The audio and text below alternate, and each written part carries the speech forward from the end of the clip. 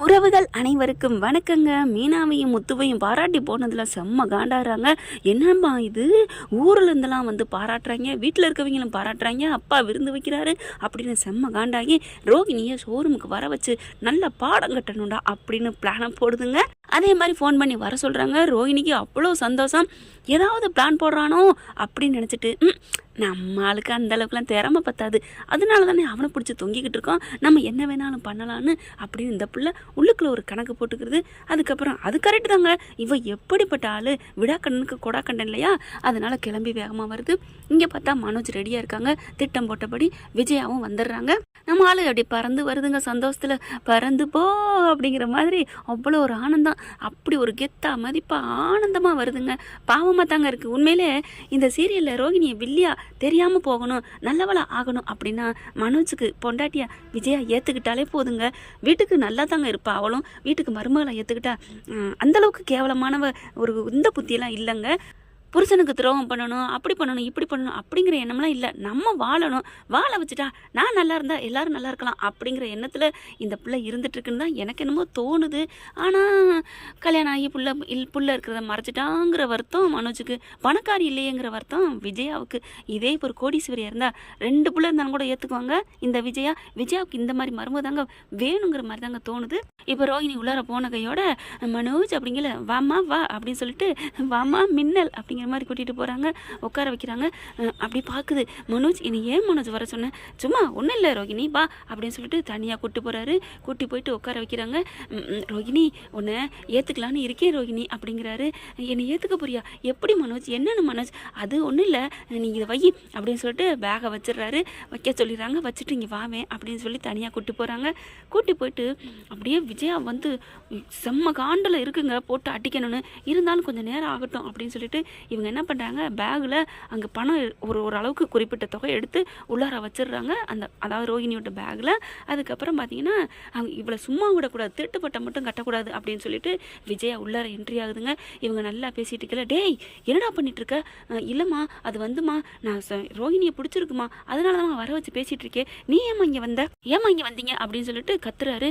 டேய் நாயே என்னடா பண்ணிட்டு இருக்க அப்படின்னு சொல்லிட்டு ஒரு அறை. அதுக்கப்புறம் ஏய் என் பிள்ளைய மாட்டி விட்டுட்டு இந்த அளவுக்கு பண்ணிக்கிட்டு இருக்கியா, இங்கே ஆண்டி வந்த, இல்லை ஆண்டி மனோஜுக்கு என்ன பிடிச்சிருக்க ஆண்டி, அப்படி ஆண்டி இப்படி ஆண்டிங்குது, பலான்னு அறை குட்டுக்குது ரோஹிணிக்கு. அப்படியே பார்த்தா ஏன் ஆண்டி என்னை பண்ணுறீங்க இப்படிலாம் அப்படிங்கல, ஏண்டி என்னென்ன பண்ணி வச்சுருக்கேன், என் வீட்டுக்கு போலீஸ் கேமரா அனுப்பி என்னென்ன பண்ணியிருக்க எல்லாம் எனக்கு தெரியும்டி, ஐயோ தெரிஞ்சு போச்சோ அப்படின்னு யோசிக்கிற அந்த கேப்பில் பாத்தியா தெரிஞ்சு போச்சு நீ நினைக்கிறீல, எல்லாம் தெரிஞ்சிச்சுடி ஆண்டி, அதெல்லாம் நான் அனுப்பல ஆண்டி, அப்போ நீ அனுப்பலைன்னா அந்த அனுப்பின ஆள் நீ யாருன்னு உனக்கு தெரியுமா, யாருன்னு சொல்கிறீ சொல்லு அப்படிங்கிற. ஐயோ சொன்னால் இருக்கிற இடமும் போயிருமே அப்படின்ட்டு, இல்லை ஆண்டி நான் அனுப்பல ஆண்டி அப்படிங்கிறாங்க. ஏன் ஆஃபீஸுக்கு அனுப்பி ஒரு பொம்பளை நீ அனுப்பி சொல்லியிருக்கடி, உனக்கு எனக்கு தான் கல்யாணம் ஆகுன்னு மனோஜ், அதை வேணா நான் சொன்னேன், ஆனால் அந்த மாதிரி மீனா வீட்டை விட்டு போகணும் அப்படிங்கிறத நான் சொல்லவே இல்லை அப்படிங்கிறாங்க. இல்லடி அப்படின்னு சொல்லிட்டு எல்லாரும் முன்னாடி என்னை அசிங்கப்படுத்திட்டடி, எல்லாரும் என்னை இப்படி ஒரு மாதிரி கேவலமாக பார்த்துட்டாங்கடி, அது எல்லாத்துக்கும் காரணம் நீ தாண்டி அப்படின்னு அடிக்கிறாங்க. அப்படிலாம் இல்லை ஆண்டி, என்ன மனோஜ் என்னை வர வச்சு அடிக்கிறியா அப்படிங்கிறது, சி இனிமேல் எங்கள் மூஞ்சில முழிக்காதடி அப்படின்னு சொல்லிட்டு இருக்கல. கரெக்டாக போலீஸ் வந்துடுதுங்க. ஏன்னா போலீஸுக்கு தகவலை சொல்லிடுறாரு, இந்த மாதிரி பணத்தை காணோம் அப்படின்னு சொல்லிட்டு. பணத்தை காணும் போலீஸ் வர இங்கே ரோஹிணி அங்கேருந்து கிளம்புதுங்க. கிளம்பையில் எல்லாரும் நில்லுங்க, யாரும் வெளில போகக்கூடாது அப்படிங்கிறாங்க. அப்போ தான் பார்க்குறாங்க விஜயாவும் மனோஜ், டேய் நம்ம அடியும் கொடுத்துட்டோம், இப்போ பலமான அடியும் கொடுக்க போகிறோம் அப்படின்னு நினச்சிட்டு இருக்காங்க. என்ன போலீஸ் வருது அப்படிங்கல, இருங்க எல்லாரும் செக்அப் பண்ணணும், பணத்தை காணணும்னு இங்கே ஃபோன் பண்ணியிருக்காங்க அப்படிங்கல. பணத்தை காணுமா, நம்மளையே இப்படி நிப்பாட்டுறாங்க. சார் நான் பணம்லாம் எடுக்கல சார், நான் போகணும், எனக்கு அர்ஜென்ட்டாக வேலை இருக்குது, இருமா செக்அப் பண்ணிட்டு போகலாம் அப்படிங்கல. அங்கே வந்திருக்கவங்க போலீஸ்காரவங்க, சார் நீங்கள் அங்கே செக்அப் பண்ணுங்கள் மேடம், நீங்கள் அங்கே செக்அப் பண்ணுங்கள் மேடம், நீங்கள் இந்த அம்மாவை செக்அப் பண்ணுங்கள் அப்படிங்கிறாங்க. ரோஹினியோட பேக்கை கேட்குறாங்க. ஏங்க இதெல்லாம் ஒன்றும் இல்லைங்க, நான் வேறு வேலைக்கு வந்தேன், எதுக்கு வந்த, பணம் திருட வந்தியா அப்படின்னு கேட்க. மேடம் என்ன இப்படிலாம் பேசுகிறீங்க, சரி அப்போ பொருள் வாங்க வந்தியா, பொருள்லாம் வாங்கவில்லை, அப்புறம் எதுக்கு வந்த, அவர் ஓனரு என் வீட்டுக்காரரு, யார் உங்கள் வீட்டுக்காரரு, சார் இவங்க உங்கள் வீட்டுக்காரம்மா, ஐயோ அப்படிலாம் இல்லைங்க, இவன் யாரோ எவ்வளோ அப்படின்னு சொல்லிடுறாங்க. அதுக்கப்புறம் போலீஸ் பார்க்குது, பறிக்கிறாங்க. பேகை எடுத்து பார்த்தா பணம் கட்டுக்கட்டாக இருக்குது. சார் உங்கள் பணம் காணும் நீங்களே, சார் 2 லட்ச ரூபா பணம் இருக்கான்னு பாருங்கள் அப்படிங்கிறாங்க. 2 லட்ச ரூபா பணம் இருக்குது. அடி பாவி பணத்தை திருடி போத்த இங்கே வந்தியா அப்படின்னு சொல்லிட்டு அரெஸ்ட் பண்ணுங்க சார் அப்படிங்கிறாங்க. ரோஹிணியை கைது பண்ணுறாங்க.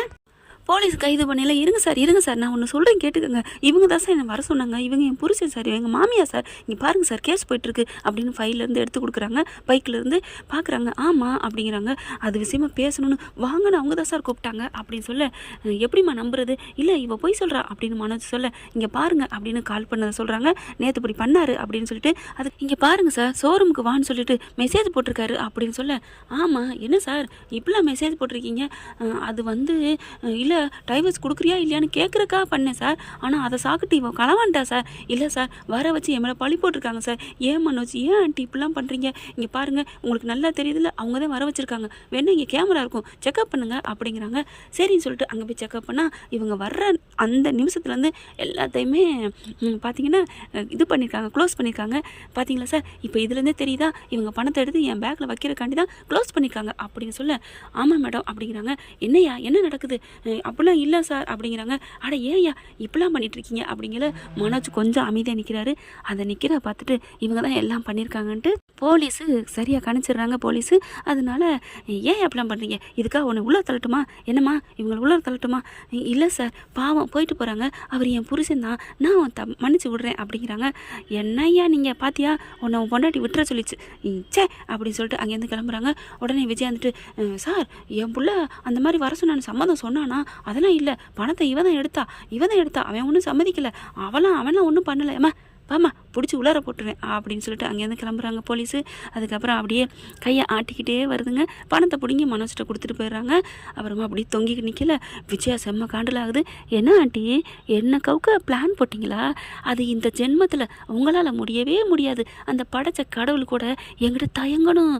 ஏன்னா என் மூளை பூரா கிரிமினல் மூளை. இந்த மூளையை கொடுத்தது அந்த ஆண்டவன் தான்.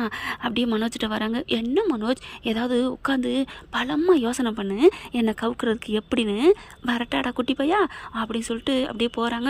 போகிறவங்க திரும்பி வந்து, ஆண்டி நீங்களும் சரி உங்கள் பிள்ளையும் சரி, உங்களை பெத்த அப்பனாக இருந்தாலும் சரி, அந்த படைச்ச ஆண்டவனாக இருந்தாலும் சரி, இந்த ரோகிணியோட அப்படின்னு ஒரு முடியை பிடுங்கி இதை ஒன்றும் அசைச்சிக்க முடியாது அப்படின்னு ஃபோன் ஊற்றிட்டு போகிறாங்க.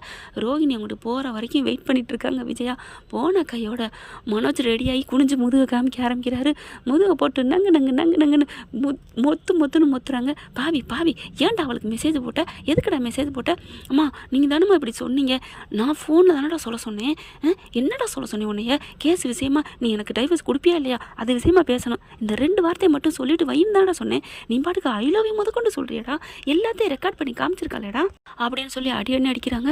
போகிற ரோஹிணி அப்படி திரும்பி பார்த்து சிரிச்சிட்டு போகுதுங்க. வாயில் கையை வச்சுக்கிட்டு ஆஹா அப்படின்னு சொல்லிட்டு போகுது புது பொண்ணு மாதிரி. அப்படியே அதை பார்த்து செம்ம காண்டாரார் மனோஜ். அடியே ரோஹிணி உன்னை விட மாட்டேன்டி அப்படிங்கிற மாதிரி இவர் மைண்ட் வாய்ஸ். அட போடா என்னை ஒன்றும் பண்ண முடியாது அப்படிங்கிற மாதிரி அந்த பிள்ளை மைண்ட் வாய்ஸ். உன்னை பெற்றதுக்கு என் வயிற்றுல என்னத்தை கட்டிக்கிறது அப்படின்னு அடின்னு அடிக்கிறாங்க. என்ன ஃப்ரெண்ட் இப்படிலாம் போனால் இப்படி தான் போக வாய்ப்பு இருக்குது. பார்க்கலாம் என்ன நடக்க போகுதுன்னு. தேங்க்யூ. இந்த வீடியோ உங்களுக்கு பிடிச்சிருந்தா தயவு செய்து லைக் பண்ணுங்க. இன்னும் அப்டேட்ஸ்க்காக சேனலை சப்ஸ்கிரைப் பண்ண மறக்காதீங்க. நம்ம கிட்ட இருக்க எல்லா சேனல்ஸோட லேட்டஸ்ட் வீடியோ அப்டேட்ஸ்க்காக மேல ரைட் சைடுல காட்டுற லிங்கை கிளிக் பண்ணி வாட்ஸ்அப் குரூப்ல ஜாயின் பண்ணுங்க. உங்களிடம் விடைபெறுவது நான் உங்கள் மெஹர்.